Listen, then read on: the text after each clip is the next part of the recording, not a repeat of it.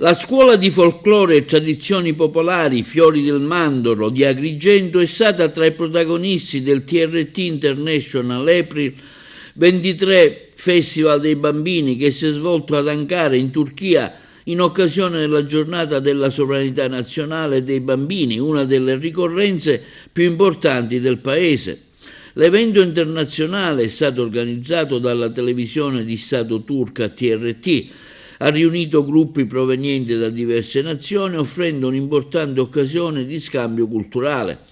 Il momento centrale della manifestazione è stato il Gran Galà, al quale il gruppo ha preso parte alla presenza del presidente della Repubblica Turca Erdogan, del direttore generale dell'emittente TRT e di numerose autorità istituzionali del luogo. Nel corso della serata il capo di Stato Erdogan ha tenuto un discorso particolarmente sentito,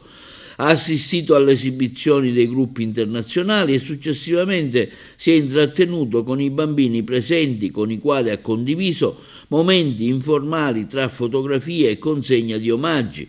L'evento è stato trasmesso in diretta nazionale sul canale TRT1, principale rete televisiva turca. Ha assicurato una vetrina di altissimo livello e una rilevante visibilità internazionale. Nei giorni precedenti le delegazioni, indossando gli abiti tradizionali, hanno partecipato a una visita ufficiale al mausoleo di Mustafa Kemal Atatürk, fondatore della Repubblica Turca, rendendo omaggio in un contesto di grande valore simbolico e commemorativo. La partecipazione del gruppo folcloristico Fiori del Mandorlo di Agrigento a un evento di tale portata rappresenta un'esperienza di grande prestigio, contribuendo a portare in alto il nome della città di Agrigento, della Sicilia e dell'Italia intera attraverso la promozione e la valorizzazione delle tradizioni popolari in un contesto internazionale di primo piano.